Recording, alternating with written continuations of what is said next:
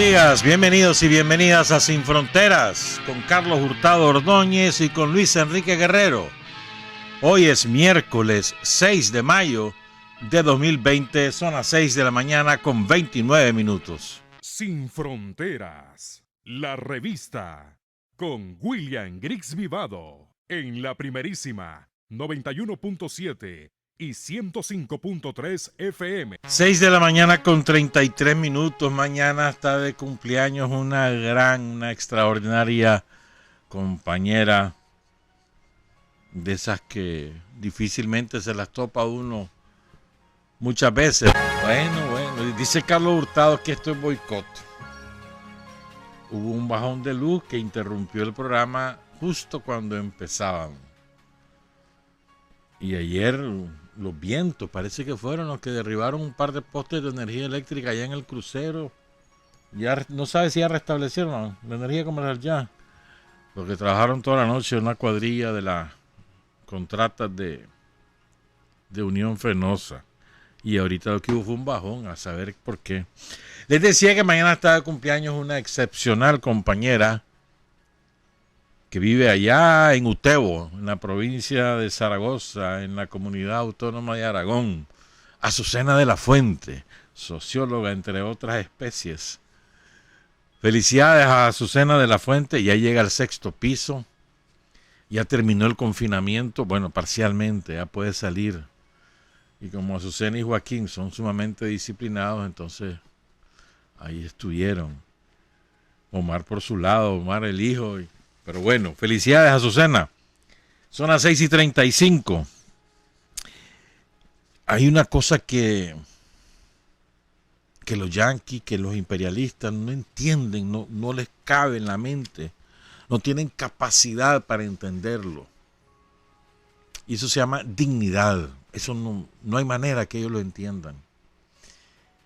Orgullo, amor patrio, amor revolucionario, esas son cosas que en su mentalidad, donde lo que gobierna es el dinero y el interés material, no les cabe.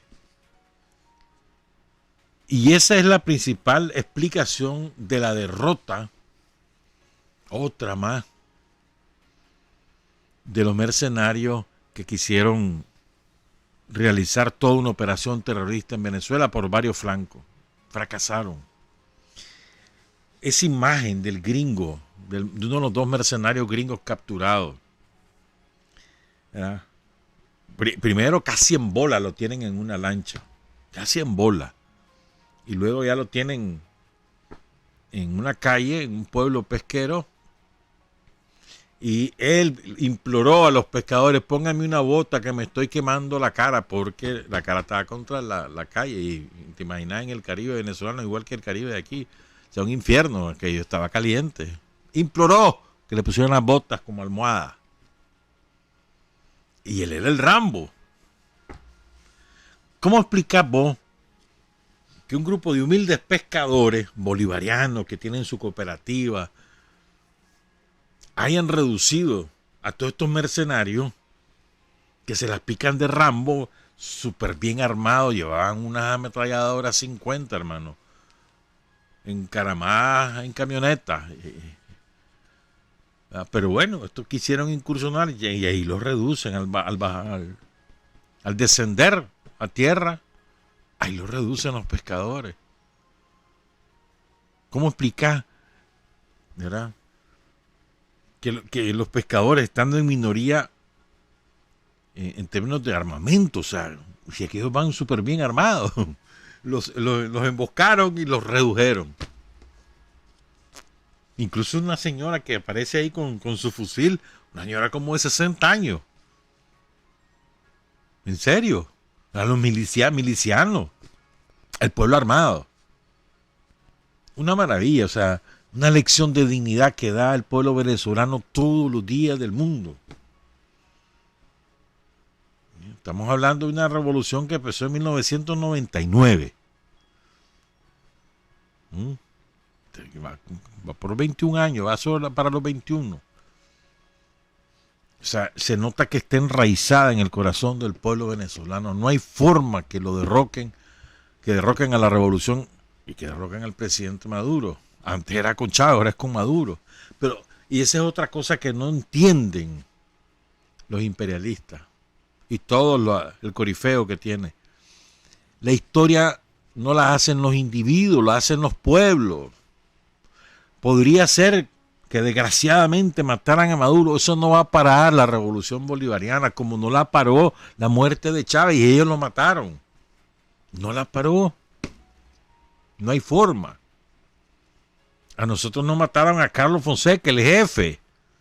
Y eso no paró la insurrección. Dolió. Nos dejó conmocionados. Pero para adelante. Hasta triunfar 3 años después. Son cosas que no entienden ellos. Ellos creen que matando a los jefes se acaba todo. Así fue con Fidel. Más de 700 atentados. Frustrados, por supuesto, todo. ¿Ya? Creían que matando a Fidel se acababa la revolución.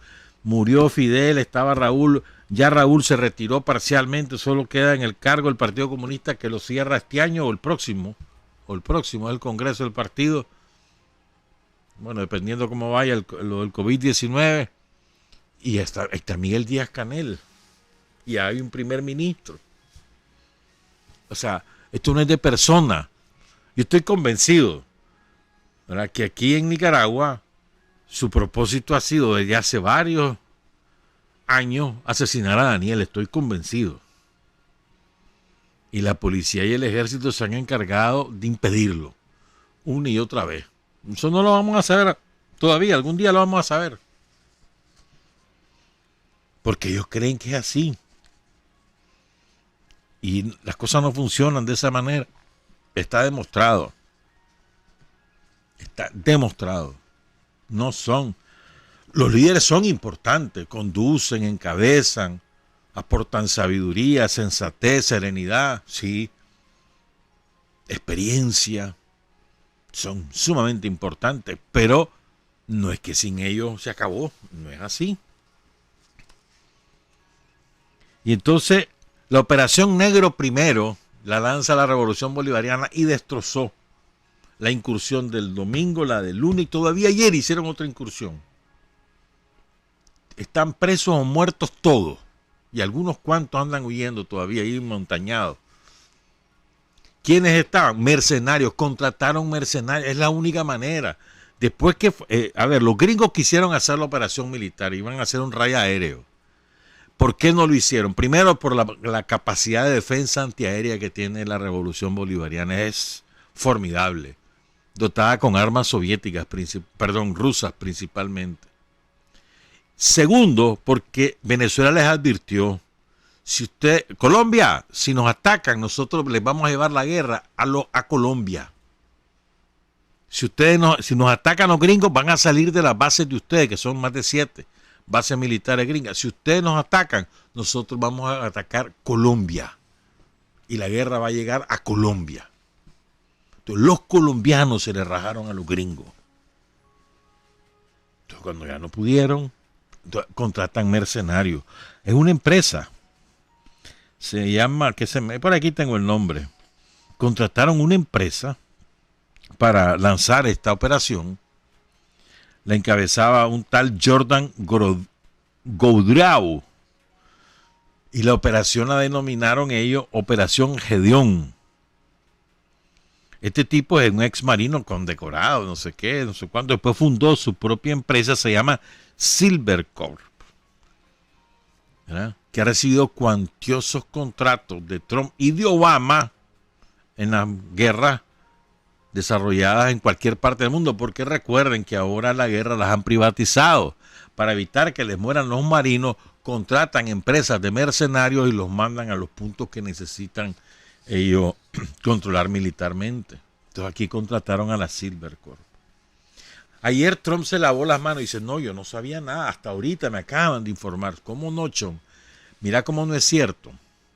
Pompeo, Elliot Abrams y Mike Pence habían advertido en los últimos 6 o 10 días de que venían, que ya estaban preparando incluso la reapertura de la embajada en Caracas, que iban a haber noticias importantes de Venezuela. O sea, ellos detrás de toda la operación y fracasaron.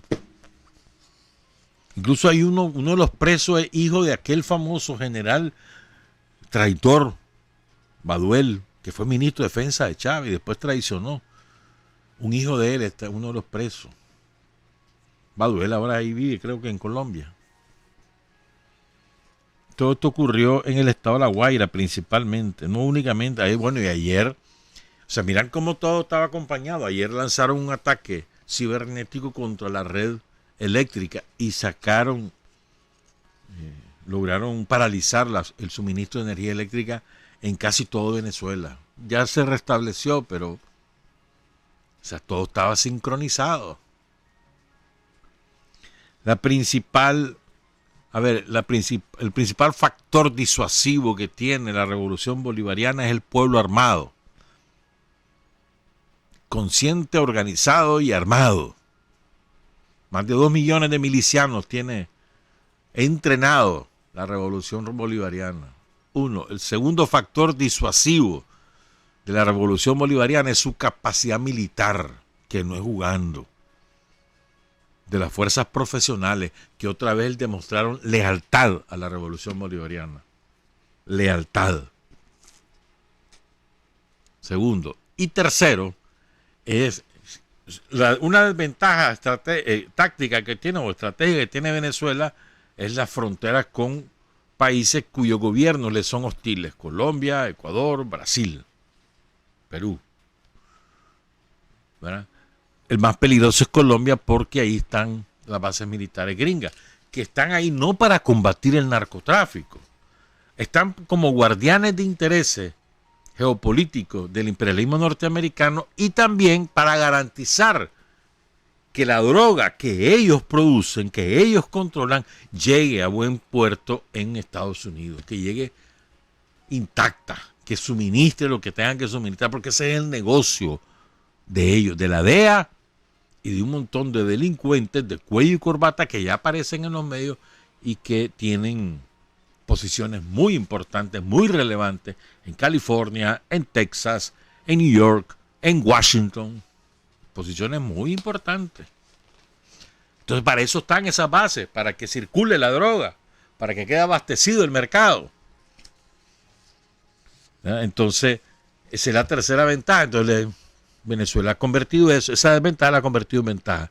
Si ustedes nos atacan desde ahí, nosotros los atacamos a ustedes ahí. Y entonces así, mano, a Iván Duque y a toda la oligarquía colombiana, que lo que menos quiere es meterse en una guerra con Venezuela porque sabe que la van a perder. Y que la van a destruir. Porque una guerra destruye la economía. Entonces es una maravilla, mano, cómo el pueblo venezolano va resistiendo y los tienen ahogados. Y ahí, el país que primero decretó la cuarentena comunitaria, ¿verdad? Y el país que menos casos tiene en América Latina, el que mejor comportamiento tiene, elogiado por todo el mundo. Y lo hizo por una razón de defensa de la revolución. Porque con los hospitales reducidos en su capacidad de atención por el boicot de embargo norteamericano, si esa epidemia se les desata, rápidamente hubiera colapsado el sistema de salud. Entonces, una razón de defensa. Espérate, aquí no nos podemos dar ese lujo. ¿Ya? Pues, de acuerdo a sus circunstancias, la revolución bolivariana aplicó sus medidas. Apenas le apareció el primer caso. Bueno, aquí en Nicaragua, fíjate bien, ¿cómo estamos nosotros? Fíjense, tenemos 77 hospitales entre primarios, generales y especializados. 77. Nosotros tenemos un hospital primario nuevecito ahí en Coney Island. Ayer, el lunes, allá en Quilalí ya pusieron la primera piedra del hospital primario de Quilalí, un sueño de todos los campesinos de esa zona, territorio, tierra de Sandino, de los combates de Sandino, Quilalí, Huihuilí, El Jícaro, por supuesto. ahí hay una cosa muy bonita que han hecho allí en Quilalí. Tienen en la entrada de la ciudad, ahí está el rótulo de bienvenida. Entonces dice, bienvenidos a Quilalí, tierra de los combates de Sandino, tierra de escenario de los combates de Sandino, algo así, pero precioso, con Sandino arriba, montado a caballo, salvajada. Bueno, entonces, tenemos 77 hospitales entre primarios, generales y especializados. Un especializado en la mascota, un especializado, el Berta Calderón, por ejemplo. Hay 6 que se están construyendo, el de Puerto Cabeza, el de Ocotal, el de León, el de Bluefield, el de Quilalí. Bueno, otro hospital primario recientemente construido ahí en Mulucucú. Tenemos 5 centros especializados, incluyendo el laboratorio, ¿verdad? Que es uno de los mejores de Centroamérica. 143 centros de salud, 1.333 puestos de salud. Todo esto había sido desmantelado por los somocistas. Desmantelado, los centros de salud abandonados, sin personal.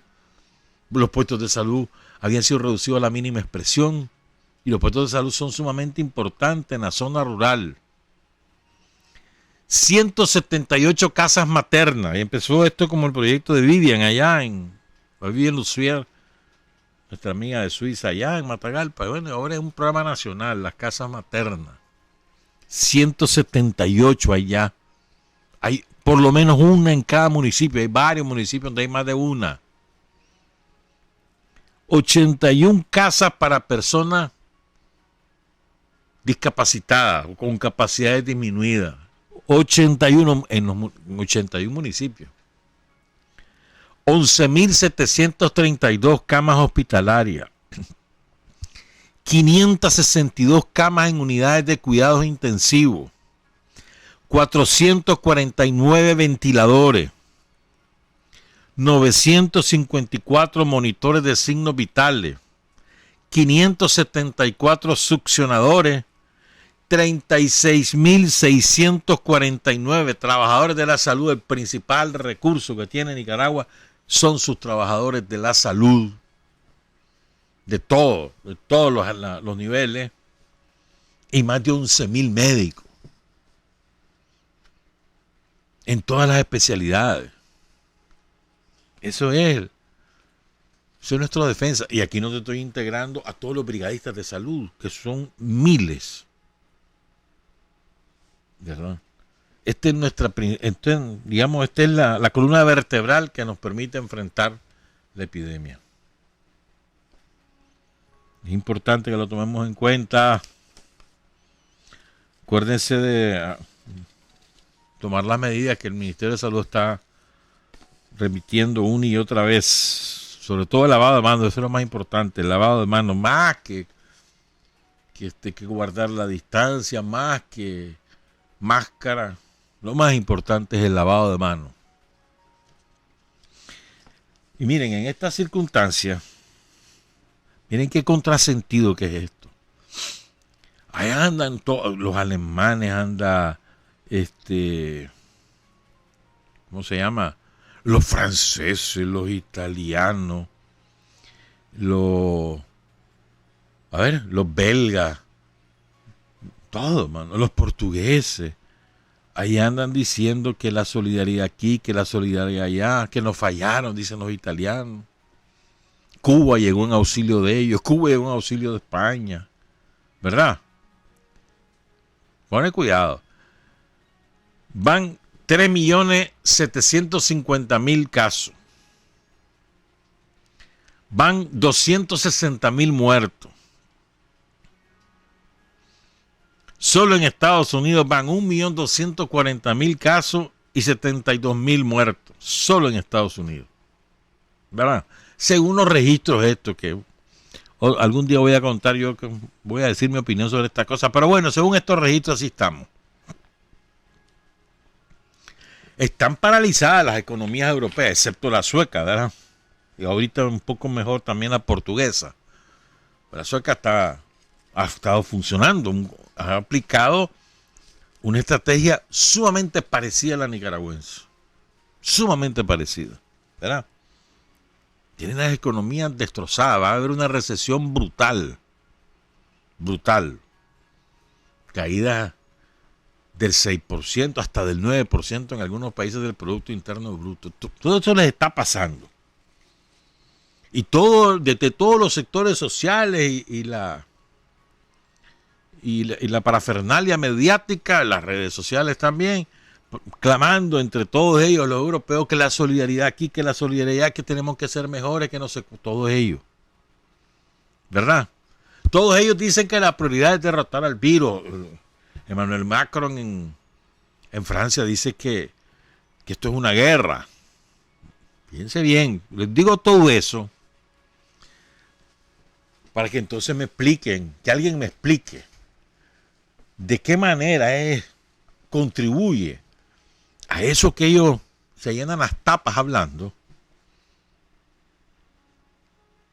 lanzar agresión contra Nicaragua.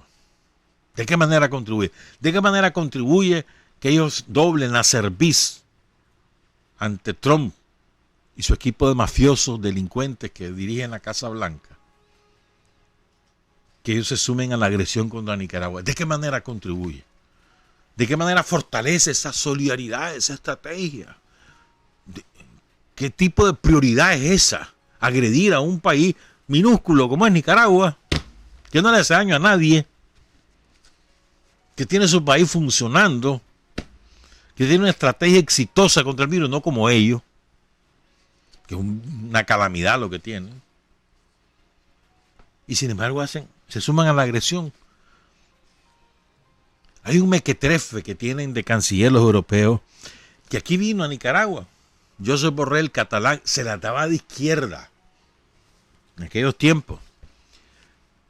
Se babeaba, se derretía cuando habló con Daniel, te lo digo en serio. Así se babeaba. Ay, Daniel se tomó fotos y todo. Quiso ser secretario general del PSOE, lo derrotaron.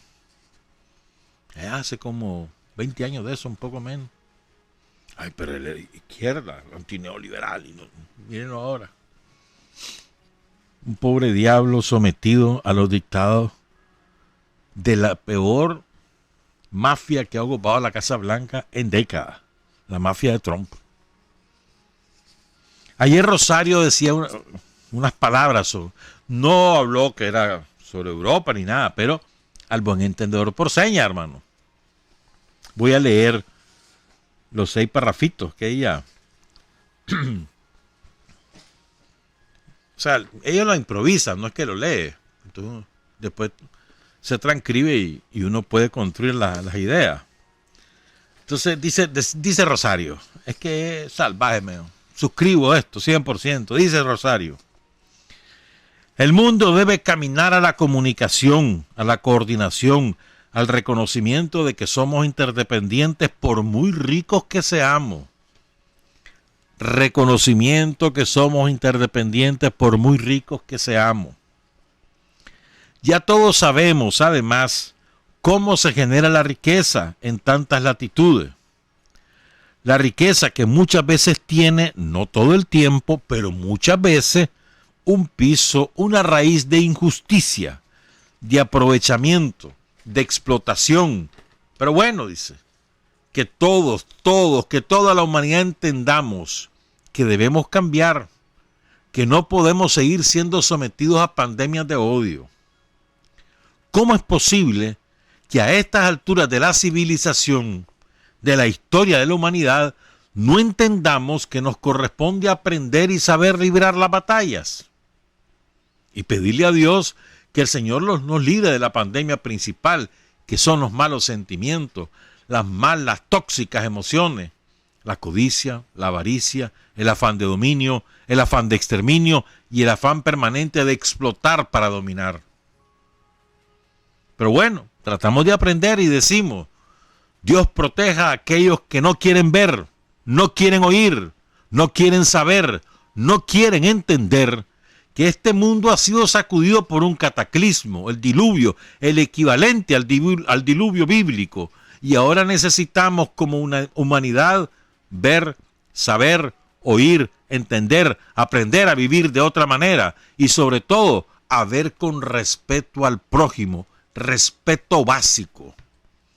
Nadie puede imponer a los pueblos a estas alturas de la historia o seguir o pretender seguir imponiendo a los pueblos otras culturas, otras realidades, otras que llaman legalidades, aunque nunca puede ser legal imponer injerencias.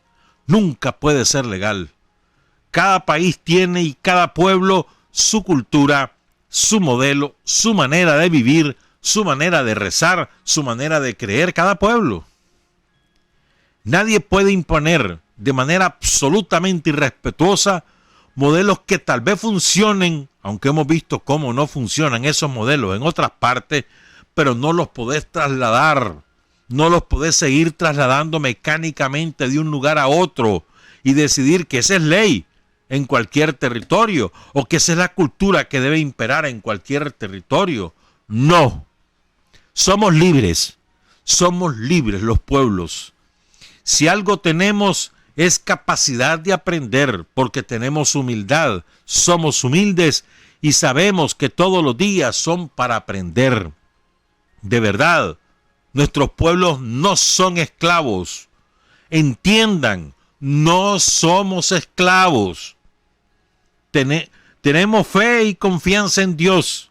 No creemos ni en la arrogancia, ni en la supremacía de quienes han construido imperios sobre la sangre, el sudor, las lágrimas, el sufrimiento, la muerte de tantos seres humanos en el planeta. No les creemos. Rosario Murillo, salvaje. Al buen entendedor por seña, ¿no?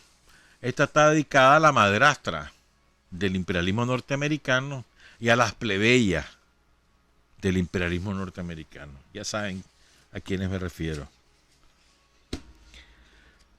Ya vamos a cambiar de tema, pero espérame. A las puchas van a 7 y 1 minuto, a ver si nos da tiempo. Te quería contar, quería citar esta frase, que esta frase a mí me parece que resume, es que resume actualidad y resume futuro. Es una frase de Vincent Navarro, que ahora es funcionario, creo, del gobierno de Pedro Sánchez en España. Él es catedrático de Ciencias Políticas y Políticas Públicas. Yo lo sigo mucho en sus escritos, son escritos muy interesantes. Él es de origen catalán. Y él, en un artículo que publica hoy en el Diario Público, Diario Digital Público, dice lo siguiente. Es una frase, nada más. La seguridad no se basa en poder militar, sino en el poder social. Es más, no es la muerte, sino la vida lo que une a la población mundial. Eso es todo lo que dice. Y miren cuánto dice.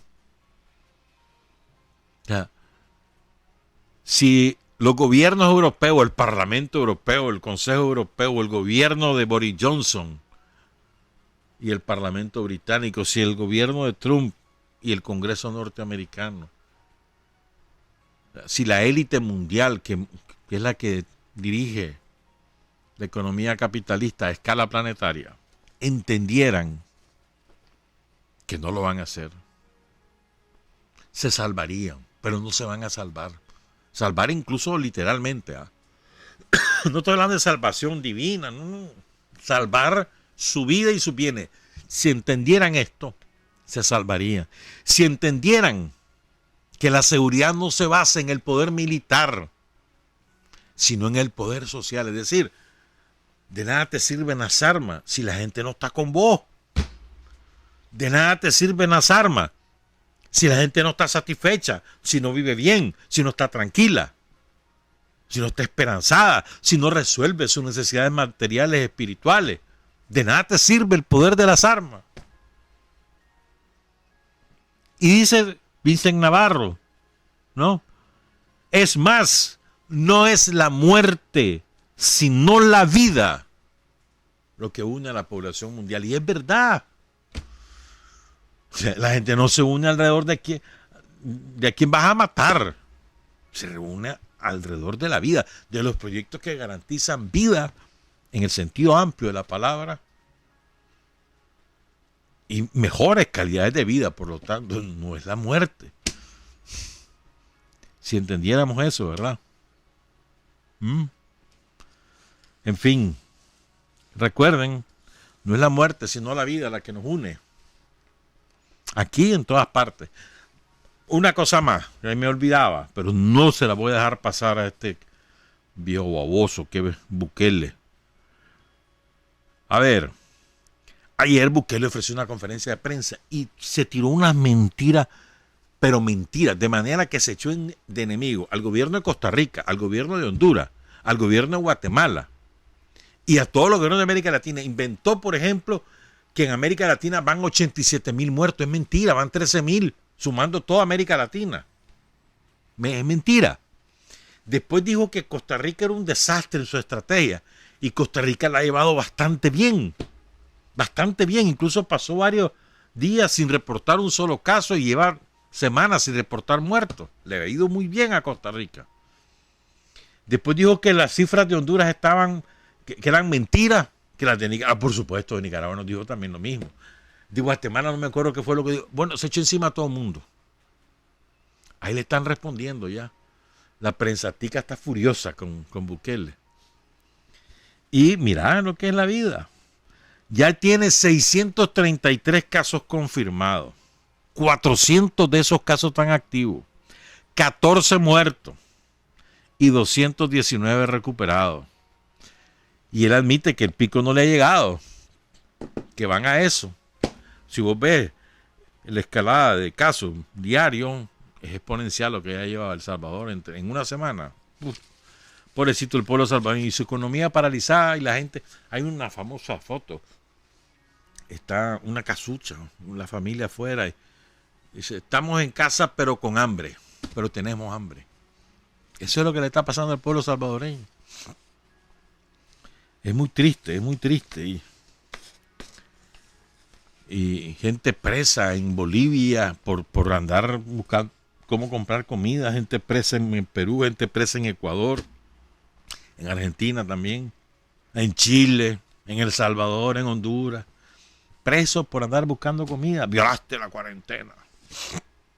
Y cada vez más voces te dicen, ha sido un error la cuarentena social. Ha sido un error, cada vez más voces. No debemos volver a hacerlo. Y cada vez más admirados con Suecia. Suecia y Nicaragua, misma estrategia. Ah, no, los suecos son una maravilla, los nicaragüenses son mentirosos. Chame ese trompo en la uña. Vamos a hacer una pausa, son las 7:06. Hay hombres que luchan un día y son buenos. Hay hombres que luchan un año y son mejores. Pero hay hombres que luchan toda la vida. Esos son los imprescindibles. 7:10 a.m. Un saludo a Carlos Vallecillo Gadea y a todos los que nos están sintonizando por Facebook Live. Los que nos ven en diferido por YouTube, los que nos escuchan en San Isidro, en Puerto Cabeza, en Bluefields. ¿A dónde más? No hay más, pero bueno. En Chontales, en Acoyapa. En Acoyapa, Chontales, sí, hombre. Saludos a todos, muchas gracias por su sintonía. Hoy quiero hablarles de otro, ¿cómo calificarlo? De otro rebelde nicaragüense, del cual poco sabemos, que se llamó Francisco Sequeira Moreno. Pero al que pasó a la historia, porque está en la historia, efectivamente lo está, pasó a la historia como Pancho Cabuya. ¿Quién era Pancho Cabuya? Miren, esto es importante que entendamos quién era, qué fue lo que hizo, por qué lo hizo, para aprender las diferencias radicales que hay entre lo que hizo Pancho Cabuya, lo que fue Pancho Cabuya y lo que fue Sandino. Hay una similitud entre ambos. Pancho Cabuya y Sandino no aceptaron el desarme en un principio. O sea, el 4 de mayo ninguno de los dos estuvo de acuerdo. Pero bueno, ya vamos a repasar cómo fueron los hechos. Esa es la única similitud real. Fíjate, Pancho Cabuya, primera cosa que hay que entender. Pancho Cabuya era un peón de Somotillo, analfabeta como toda su familia. Vivía en la miseria, como todo el mundo en esa zona. Y eso que en aquella época Somotillo tenía mucho más pujanza económica, porque era un puesto imprescindible para cruzar hacia Honduras y El Salvador. Era el único prácticamente de tipo así, de un comercio más formal, pues. Y tenía una gran pujanza en aquella época. Somotillo, de ahí era, de la zona rural de Somotillo. Y como toda familia rural, empobrecida, aquellos años, a los varones desde muy niños a trabajar al campo, y ya tipo 10, 11, 12 años, o los sacaban los propios padres, anda a buscar qué hacer, anda a buscarte la vida, o los propios chavalos querían irse porque no querían seguir bajo la autoridad paterna. Recordemos, es importante esto. Primero, Pancho Cabuya era analfabeto. Segundo, era sumamente pobre. Se educó en la miseria siempre. Tercero, recuerden esto también. Las circunstancias de la pobreza en Nicaragua,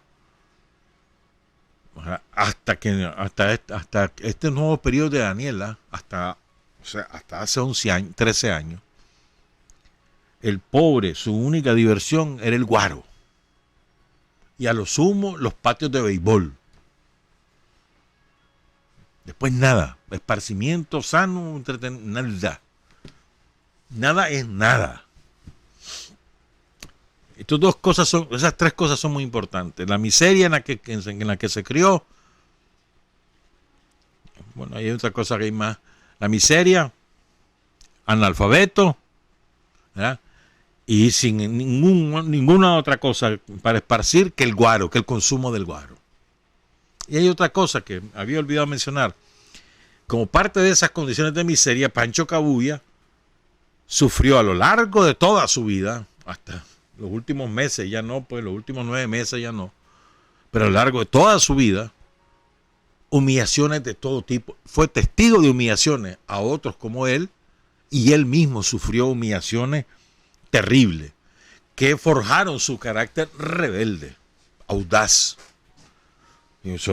Imagínense, un chavalo, un cipote de 12 años, agarra camino y se fue de Somotillo a Cosigüina, a la finca ganadera de Cosigüina, a trabajar. Se independizó de sus papas.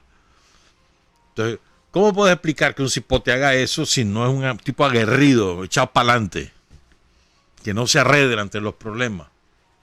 Ese era Pancho Cabuya, con muchísimas limitaciones, una inteligencia natural para el arte militar, natural, y su audacia, su osadía, su temeridad más bien, ¿verdad? Le hacía hacer, en términos militares, maniobras brillantes, ¿verdad? Pero entonces, bueno, él va a parar a Cosigüina, ahí se forjó, ahí trabajó mucho tiempo. Después fue migrando, pues, según donde había trabajo, donde había mejor salario, iba migrando. Entonces estaba por el lado de Potosí. Recuerdan que Potosí es Puerto Morazán, pues. El municipio de Puerto Morazán, Potosí. Allá en el lado al sur del Cosigüina. Entonces ahí es cuando estalla la guerra constitucionalista. Ahí, ¿qué fue lo que ocurrió? Recuerden, lo que les contábamos, esto es una continuación de lo que les contábamos el lunes, ¿verdad? Emiliano Chamorro da el golpe de Estado, se apodera de la presidencia, los gringos lo desconocen, pero en el interín, Sacás ha salido del país, que es el vicepresidente de la República y era legalmente el que debía ocupar la presidencia con una vez que renunció a la presidencia Solórzano, debería haber ocupado la presidencia, él huyó porque lo andan persiguiendo, él se fue a buscar armas a México, Plutarco Elías Calles está de presidente y le da las armas. Por eso es que después Sandino va de nuevo a México, por este antecedente. Entonces, Calles le mandó un barco repleto de armas. Pero Emiliano Chamorro se da cuenta, y los marinos que ya están aquí, se da cuenta, interceptan una comunicación y se da cuenta que ese embarque va a llegar. Entonces se frustra la maniobra. Habían mandado a un general liberal a la zona para recibir las armas y llevarlas a las fuerzas, distintas fuerzas liberales que estaban combatiendo, sobre todo en Occidente. Porque el Atlántico lo tenían cubierto con Moncada y sus hombres. Y les había llegado armas también de Plutarco Elías Calles a Puerto Cabeza. Entonces, como se da cuenta los conservadores y los gringos de que había ese embarque de armas, entonces el general liberal que le toca esa misión tuvo que enterrar las armas. Tuvo que después huir y no pudieron distribuir las armas por ningún lado. Esto es importante porque Pancho Cabuya ve dónde las entierran, participa en el entierro de las armas. Entonces eso marca después lo que viene ahora. Quiero que recuerden que más, se me había olvidado apuntar una cosa. La historia de Pancho Cabuya está hecha sobre la base de testimonios de mucha gente, pero no es una historia rigurosa. Recuerden que en esa época, digamos, la información que provenía de Occidente era de una voz a otra voz, a otra voz, a otra voz que llegaban a Managua, pues. Primero. Segundo, que quienes escribían sobre Pancho Cabuya no eran sus simpatizantes, sino eran gente que no simpatizaba con la lucha armada de los liberales, excepto GRN, Gustavo Rivas Novoa, que escribió sobre su experiencia personal con Pancho Cabuya, pero que después cuento algo de eso. Segundo. Tercero, ¿verdad? Que no hubo un proceso de documentar lo que hizo Pancho Cabuya. Ha habido algunos esfuerzos, Astacio escribió, GRN, han habido algunos, Pablo Emilio creo que tiene algo sobre Pancho Cabuya, pero es importante que tengamos claro que no ha habido una investigación rigurosa, científica, histórica.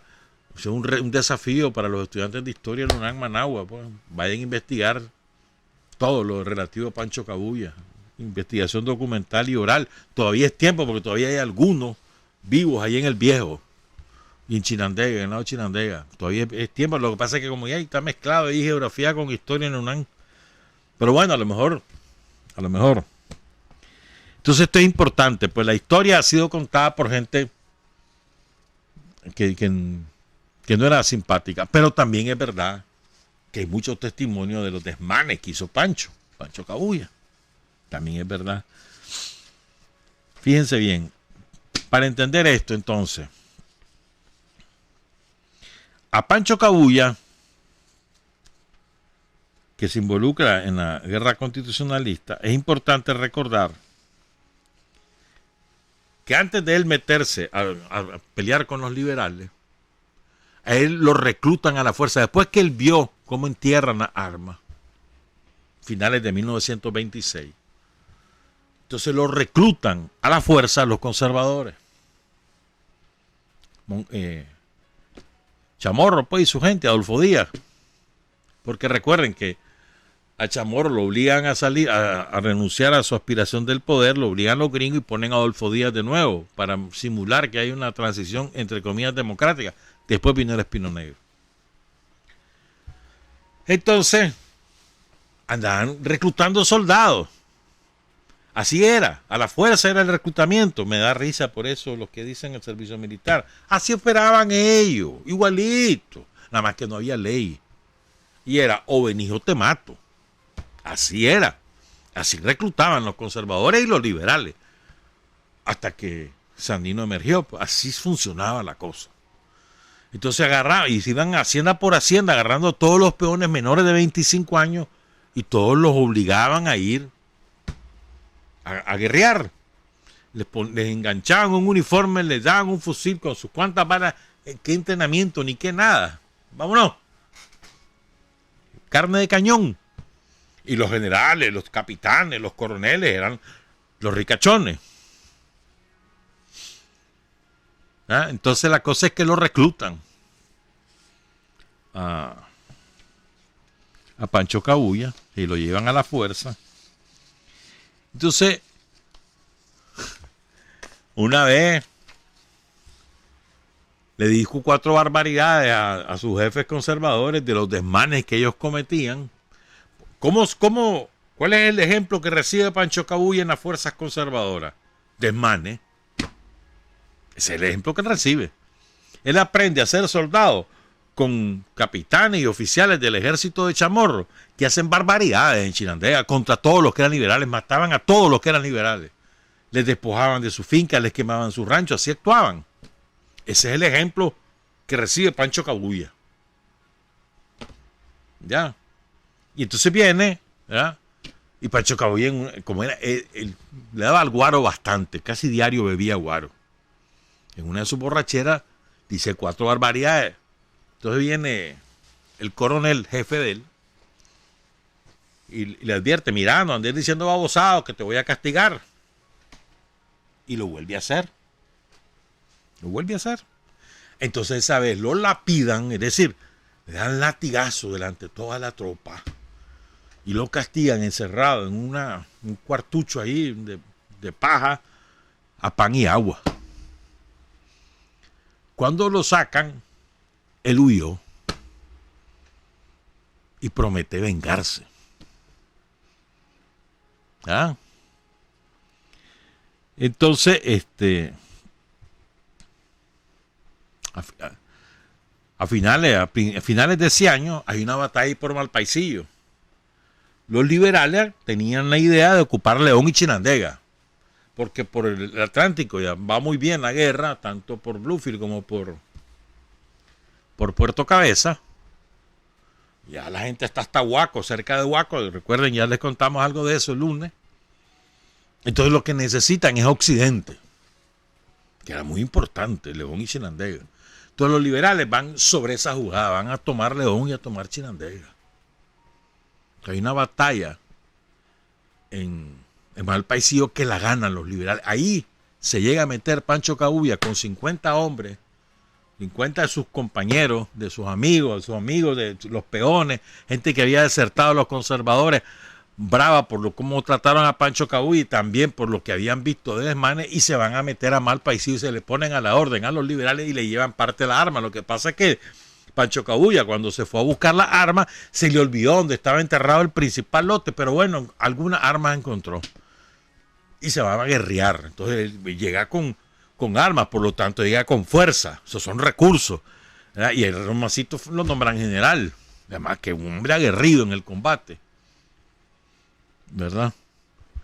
El caso es entonces que, bueno, incluso ahí hay una famosa cuento sobre Pancho Cabuya, que en una batalla él estaba de segundo al mando de uno de los contingentes. Entonces le dicen, mira, hasta que yo dé la orden puedes disparar, pero el tipo que era experto en enlazar ganado, entonces le dicen que no dispare y que no se mueva hasta que entre toda la tropa conservadora a la emboscada que le han preparado. Entonces, pero a que le picaba, entonces agarró un lazo, bum, bum, y de un lazazo agarra una de las 2 ametralladoras que traían al frente y la agarra y comienza el combate. La ganaron los liberales, pero eso fue un acto de insubordinación. Entonces ganan esa batalla y van sobre Chinandega. Y ahora les voy a contar la batalla de Chinandega. Les voy a contar un resumen, ¿verdad? Pueden encontrar, hay mucha investigación sobre esa batalla de Chinandega, pero hecha por sobre todo gringos. Esa es otra batalla. Compañeros, estudiantes de historia, esa es otra cosa que pueden investigar, la batalla de Chinandega. La masacre de Chinandega, la destrucción de Chinandega. destruida Chinandega, la ciudad de Chinandega. Recuerden, los conservadores tienen esa plaza porque son el gobierno. Han tomado el poder. Está la contabularia. Están los marinos, que lo había llamado Adolfo Díaz. Llegaron en enero de ese año, del 27. Se habían ido en agosto del 26. Emiliano Chamorro da el golpe en octubre del 26. Comienza el pleito que ya les conté. Y entonces ponen a Adolfo Díaz. Adolfo Díaz vuelve a llamar a los gringos. 3 meses, 4, 5 meses estuvieron fuera. Entre 1912 y 1927. Y ahora les quiero contar esto. Pues. Ya se había formado, los maridos ya estaban formando la contabularia. La contabularia es el antecedente de la Guardia Nacional. Era la aspiración de los gringos de dejar en manos de la oligarquía criolla la defensa armada, el control armado del país, y los marinos eran los que los entrenaban. Los marinos, sin embargo, asumían la función de policía militar, es decir, también tenían funciones de orden público, de orden ciudadano. Los marinos patrullaban, que había un pleito de propiedad, los marinos llegaban. Si había pleito borracho, los marinos llegaban. Era policía, la policía. Y estaba la contabularia en formación, bajo el mando de Emiliano Chamorro, ¿verdad? Que aunque no es presidente, ejerce el poder real porque está al frente de la Fuerza Armada. Y está Adolfo Díaz de títere, pues, puesto por los gringos. Estamos hablando de 1926-1927. Entonces el caso es que los conservadores son fuertes. Ahí en Chinandega. Tienen tomada la ciudad, esa es su fortaleza. Entonces después que ganan la batalla de Malpaisillo van sobre Chinandega. Y empieza la batalla entre el 6 y el 18 de febrero de 1926. ¿Verdad? Oigan pues lo que pasó. Los conservadores estaban al mando de Diego Vargas, el general Diego Vargas. Y ellos desalojan finalmente a los liberales, pero ya van a saber cómo. Los liberales estaban bajo el mando del general Francisco Parajón Montealegre. Su propósito era tomar Chinandega y León para acercar Managua, que Emiliano Chamorro quedaba reducido a Managua. Recuerden, ya Chamorro ha ido reculando, lo vienen cachimbeando. Combate que da, combate que lo cachimbean. Moncada, los liberales, constitucionalistas, Sandino entre ellos, pues, que vienen a poner a esa casa de presidente. Vienen a Managua a eso. Este hombre Parajón, teliqueño, de Telica, un militar formado en la Academia de Celaya, la primera academia militar que tuvo Nicaragua es la que funda Celaya. Se llamaba Academia Politécnica Militar de Nicaragua. Ya, recordemos que Celaya era un militar de profesión, fue formado en Francia, entonces él tenía esa onda. Y por eso es que el primer ejército profesional de Nicaragua se tiene con Celaya, entre 1893 y 1909. ¿Verdad? Entonces, la cosa es que en Malpaisillo, ¿verdad?, los liberales le ganan ahí en Hacienda La Grieta a los conservadores, ahí donde se suma Pancho Cabuya, y se van rumbo hacia Chinandega. Como Adolfo Díaz sabe que van para Chinandega y no quiere perder esa plaza, refuerza las tropas del general Vargas. ¿Ah? Oigan lo que ocurre, sí. Es que esto es escalofriante. Las tropas que van de refuerzo van al mando de Bartolomé Víquez, un general de Chamorro. Entonces, Víquez sabe que encima le vienen los liberales que ya los derrotaron en Malpaisillo, en La Grieta. Entonces, ¿sabe lo que hizo? La fortaleza militar de ellos estaba en la iglesia Santana y en la iglesia del Calvario. Entonces mandó, oigan esto, como medida militar, mandó a destruir todas las casas alrededor, todas las casas las destruyeron y las ocuparon como trinchera, como fortaleza, con un perímetro que rodeaba las dos iglesias. No te estoy hablando de una manera alegórica, eufemística. No, las mandaron a destruir a mazo, a como fuera, destruir todas las casas que rodeaban a ambas iglesias. Y les pegan fuego. Entonces, así ocurrió, ¿viste? No estamos hablando, no te estoy echando cuento. En la iglesia del Calvario y Santana, todo lo que rodeaba eso. Entonces ahí se atrincheran. ¿Ya? Un perímetro. Entonces los escombros, ahí los ocupaban de puestos de tirador, por decir algo, barricadas, pues todos los escombros. Fíjate bien, mandó a destruir y quemar las casas. Y así comenzó el incendio de Chinandega, que ya van a ver cómo terminó. Ya van a oír, perdón. Después vi que dijo que no había sido, que fueron los liberales los que empezaron a iniciar. Mentira, fue él. Él manda a quemar, primero a destruir y después a quemar las casas para tenerlas como trinchera y defender sus dos bastiones, que eran la iglesia Santana y la iglesia del Calvario. Pero la tiene fregada. Porque sabe que los liberales vienen con todo, vienen bien armados, vienen con la moral muy alta por la victoria en Malpaisillo. Y son muy numerosas. Viene Pancho Cabuy entre ellos. Entonces Emiliano Chamorro, espérate, mano, espérate. Me voy a mandar más gente. Entonces le dice a los marinos, miren, marinos, ocúpense ustedes, por favor, de la defensa de Managua, porque ya venía Moncada, que estaba cerca de Tipitapa.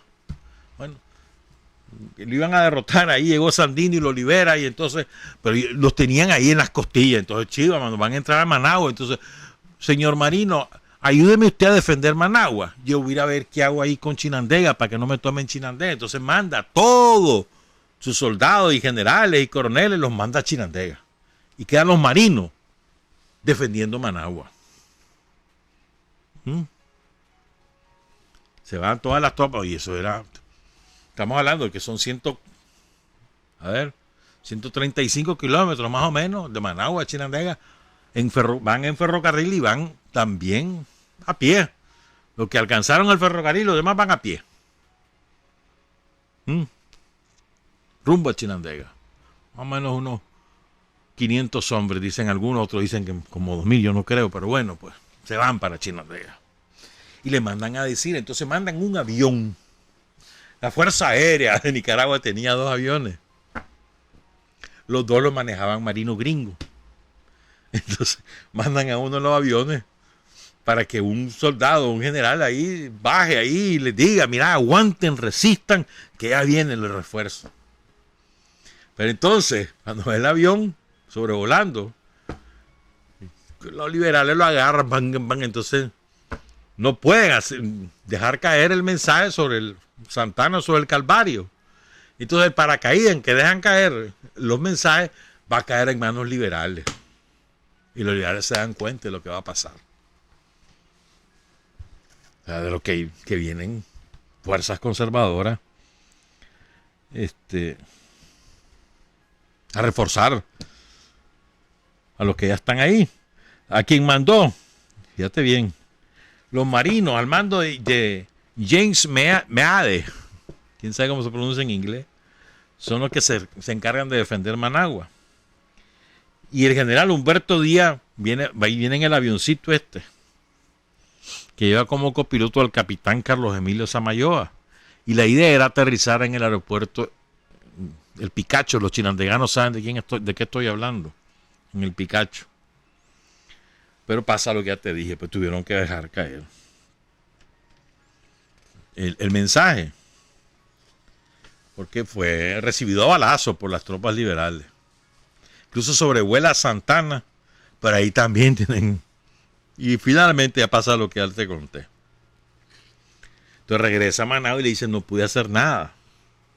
Se dieron cuenta los liberales porque en manos de ellos cayó el mensaje. Entonces vienen los liberales, cuando se dan cuenta que ya viene el refuerzo, deciden lanzar el ataque general sobre Santana y sobre el Calvario. Vámonos a tomarnos esto. Como fracasa la misión de avisar a las fuerzas conservadoras que resistieran que llegaban los refuerzos, entonces Adolfo Díaz ordena el bombardeo aéreo sobre Chinandega. ¿Ya? Cuenta este general Maggi, el general Vernon Maggi o Maggi, quién sabe cómo se pronuncia en inglés. Él estuvo aquí en Nicaragua. Entonces escribió un libro que se llama Contra la guerrilla de Sandino en Nicaragua. Y cuenta lo siguiente. Bueno, espérate. Ese bombardeo, ya estaba la ciudad incendiada, ¿verdad? Ya está la ciudad, destruye el centro de la ciudad, alrededor de las iglesias del Calvario y Santana, por los conservadores, por la gente de Emiliano Chamorro. El incendio está propagado. Entonces llegan a bombardear. ¿Vos te imaginas todo lo que se... ahí no hay precisión alguna, comienzan a incendiar toda la ciudad. Lo poco que se haya salvado ahí empieza a agarrar fuego con el bombardeo de los gringos. Entonces dice este criminal que se llama Vernon Maggi, general de la Marina norteamericana, un criminal, hombre. Dice lo siguiente: la única semblanza de aeropuerto que podía obtenerse en Managua era un potrero inculto en uso por la Fuerza Aérea Nicaragüense, una organización cuasi militar que solo consistía en 2 aviones biplanos, Laird Swallow, dotados de motores Curtiss O 0x5 y 2 pilotos norteamericanos, William Brooks y Lee Mason. A ellos deben acreditarse los primeros esfuerzos de apoyo aéreo en la campaña nicaragüense, especialmente en el combate de la ciudad occidental de Chinandega. Entonces, a la base de la destrucción de Chinandega y este bombardeo aéreo, es que los conservadores retienen la plaza y derrotan a los liberales. Los liberales se desbandan, Pancho Cabuya se va para el Viejo y muchos de los generales y oficiales liberales se van a Honduras en lugar de buscar cómo reforzar e integrarse a la lucha. En las otras zonas de combate se fueron para Honduras la mayoría, pues Pancho Cabuya no. Se fue con sus hombres, alrededor de 60, 80, en ese momento, se va con sus hombres al Viejo.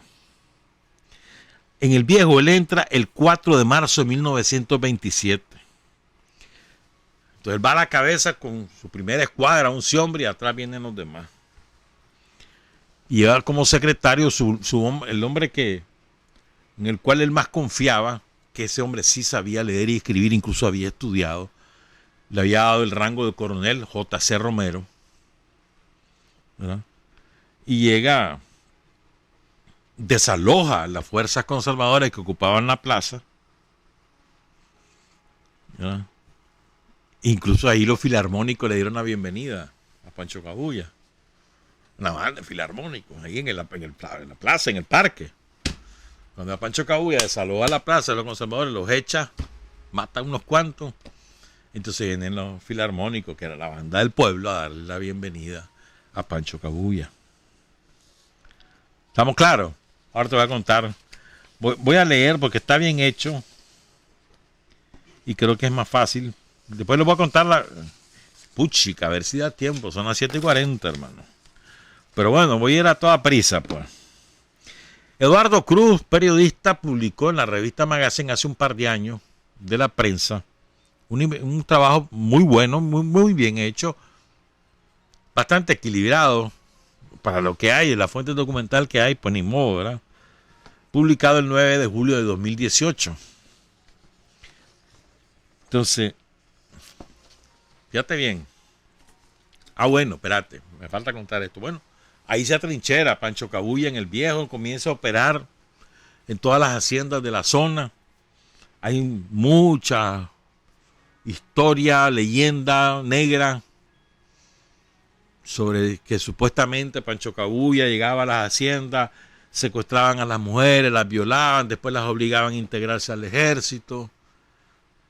Hay otros que dicen que no, que lo que hacía era justicia, eran haciendas generalmente de militares conservadores que se las habían robado a los campesinos, habían dejado a militares de ellos administrándolas como capataces, como capataces, pues entonces, como mandadores. Entonces él llegaba a hacer justicia, a que los obreros tuvieran mejores condiciones y el que se negaba, si el patrón se negaba, los mataban. Esa es otra versión también. O sea, hay versiones diferentes. No hay nada concienzudo, pues, que uno diga esto es la verdad. No la hay, no hay una verdad científica, pues. Pero hay mucho testimonio de las dos cosas, que con Pancho Cabuya, y además eso le granjeó una gran popularidad entre los peones, de manera que él llega a tener un ejército de 600 hombres, ahí en Chinandega, en el Viejo sobre todo. O sea, vos no podés encontrar un ejército así si no tenés, digamos, una política que atraiga respaldo. Si vos sos un bandolero, nada, ¿quién te va a andar respaldando? Pero bueno, por eso te digo, hay dos versiones. Entonces Pancho Cabuya llegó a tener 600 hombres. Y entonces cuando los gringos mandan a Stimson para obligar a Moncada a negociar con Adolfo Díaz y con Emiliano Chamorro, ya una vez que Sandino logra que Moncada rompe el cerco, el que le tenía a Chamorro, rompe el cerco, van para Tipitapa, Stimson viene, se va al Espino Negro ahí en Tipitapa y ahí sienta a Chamorro, sienta a Adolfo Díaz, pues, y a Moncada, y firman el pacto del Espino Negro, de lo cual hablamos el lunes, y hemos hablado muchas veces. Entonces Sandino le dice que no, y Pancho Cabuya dice en Chinandega que él tampoco, que él solamente entrega las armas si Moncada se lo ordena. Entonces los gringos arreglan, ¿verdad?, para que Pancho Cabuya mande a un delegado a Managua a negociar con Moncada y con los gringos, con la jefatura de los marinos, las condiciones de su desarme. Y Pancho Cabuya manda a su hombre de mayor confianza, que además es un hombre culto, que es el coronel J.R. Romero. Eso ocurre, ahí les voy a ir contando ya. La puchica. No va a dar tiempo. Entonces fíjense, Stimson está feliz ya porque Pancho Cabuya se va a desarmar y no sé qué. Porque dice, en la mañana del 14 de mayo, al cuartel general llegó el capitán Frank Hart, se puso de acuerdo con Cabuya. A las 2:30 de la tarde llega Cabuya al cuartel general de los marinos con una escolta de 600 hombres, 400 de ellos armados con fusiles. O sea, después de la derrota de Chinandega, Pancho Cabuya se va al Viejo, que se fue con unos 70 hombres, y ahí llega a tener un ejército de 600. Eso no se hace con desmanes y asaltos cualquiera. Bueno, una cosa importante, Pancho Cabuya involucró a las mujeres en su ejército guerrillero, de manera tal que en esa reunión última, que él tiene, en esa reunión con los jefes marinos de Chinandega, él llega con 30 hombres, con 25 hombres y 5 mujeres guerrilleras. Una de ellas, Conchita Alday, María de la Concepción Alday, que era su compañera.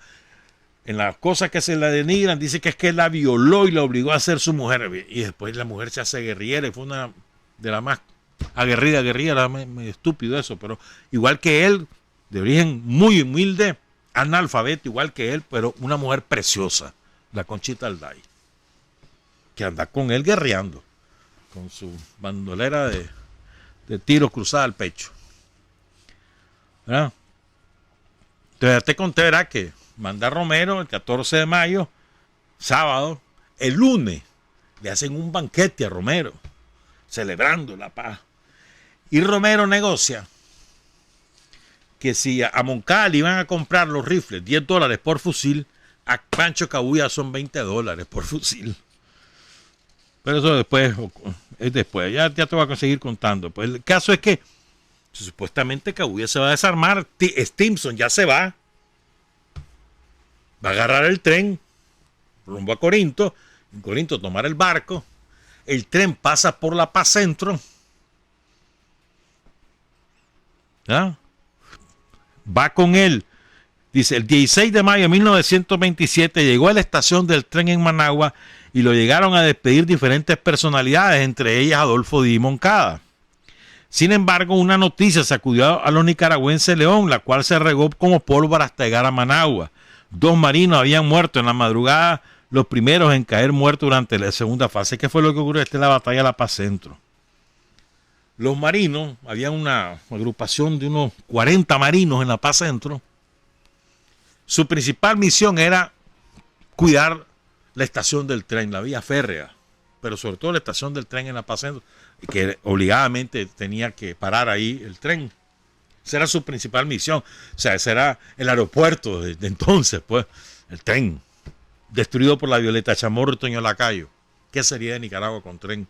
Puchica, siempre pienso en eso yo, pero bueno. Entonces están los marinos ahí. Ahora te lo voy a resumir todo porque ya te acabó el tiempo.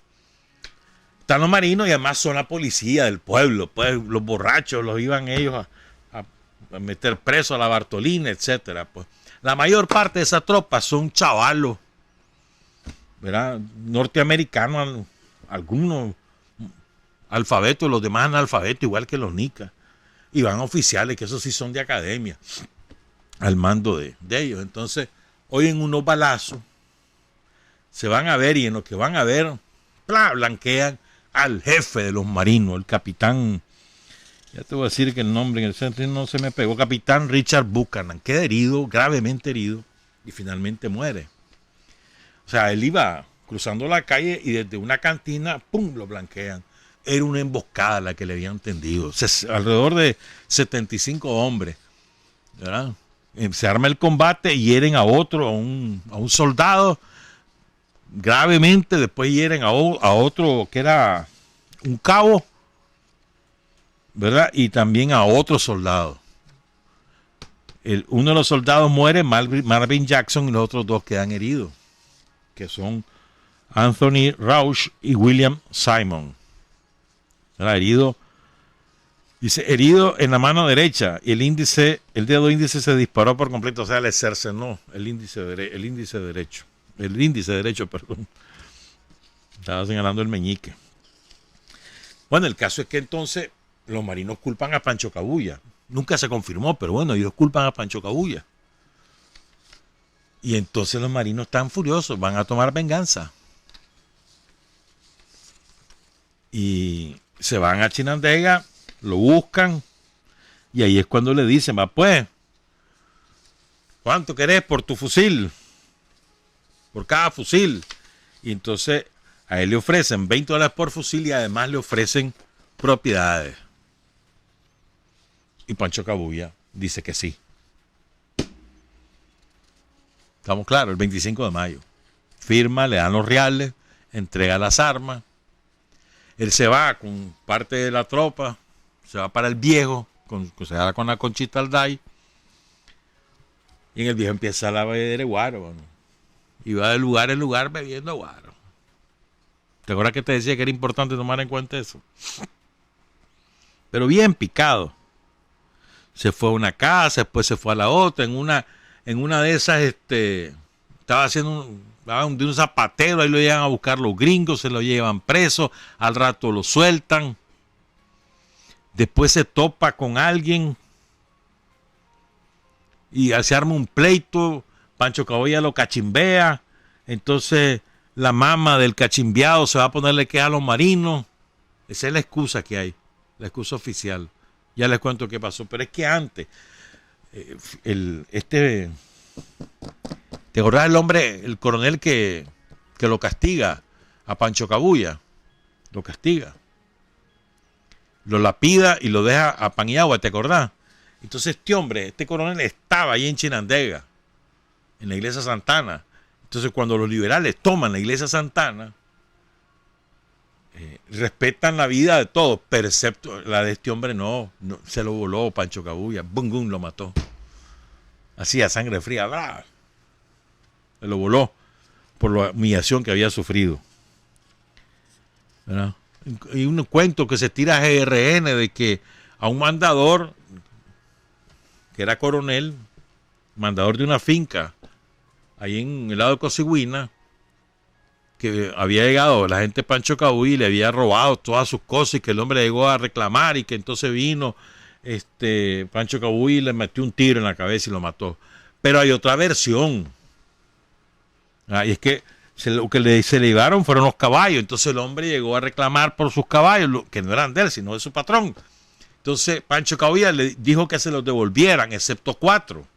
Entonces al día siguiente regresó el tipo, Victoria, si mal no recuerdo el apellido. Regresa el tipo y dice, devuélveme los 4 también. Entonces viene Pancho Cabuya y le dice, llévate 2.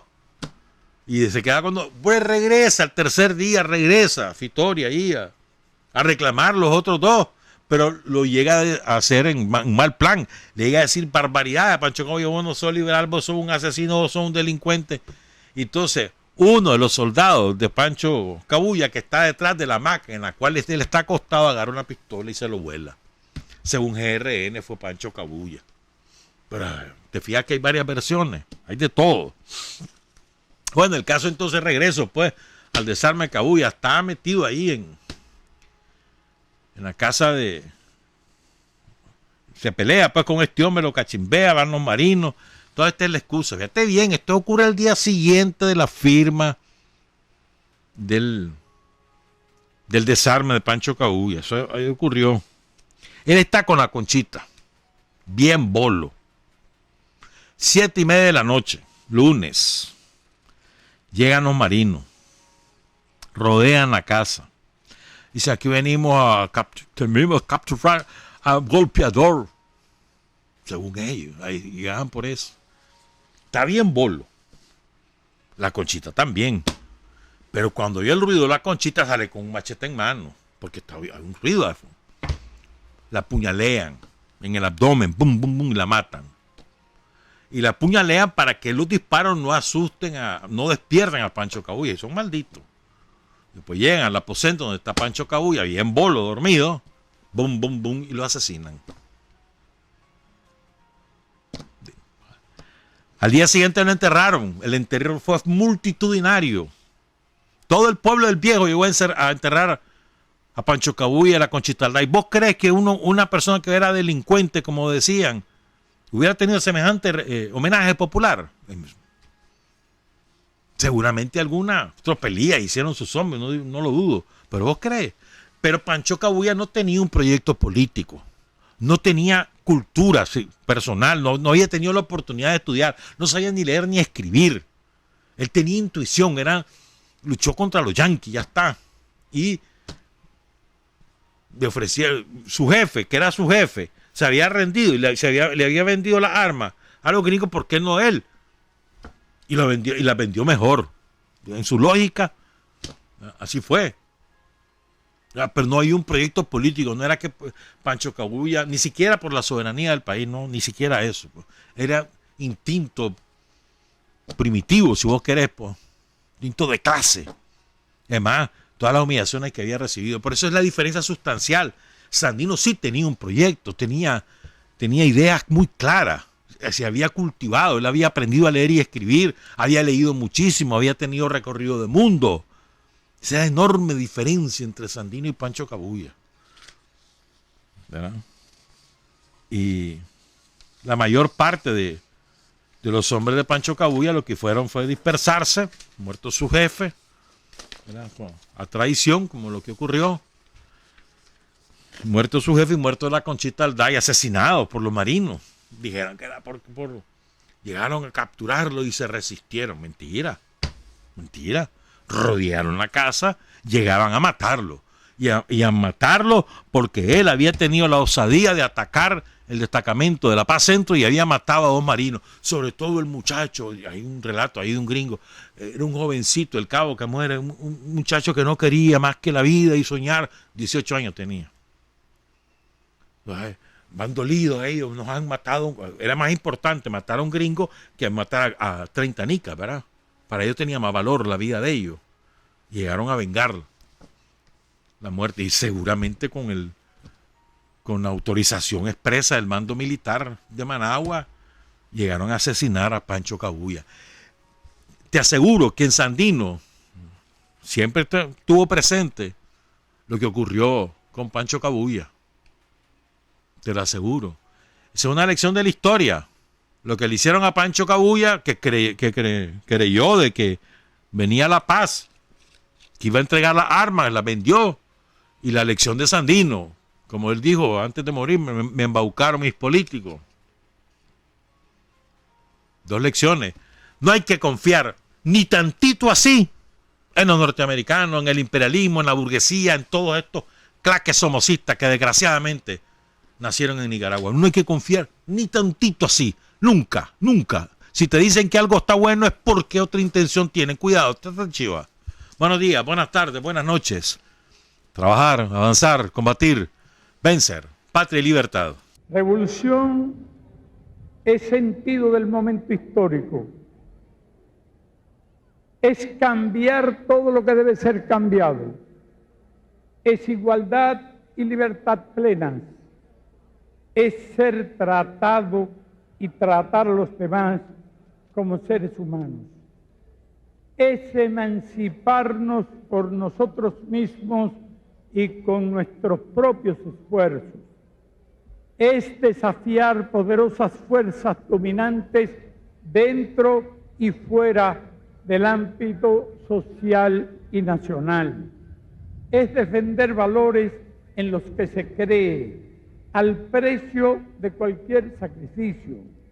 Es modestia, desinterés, altruismo, solidaridad y heroísmo. Es no mentir jamás ni violar principios éticos. Es convicción profunda de que no existe fuerza en el mundo capaz de aplastar la fuerza de la verdad y las ideas.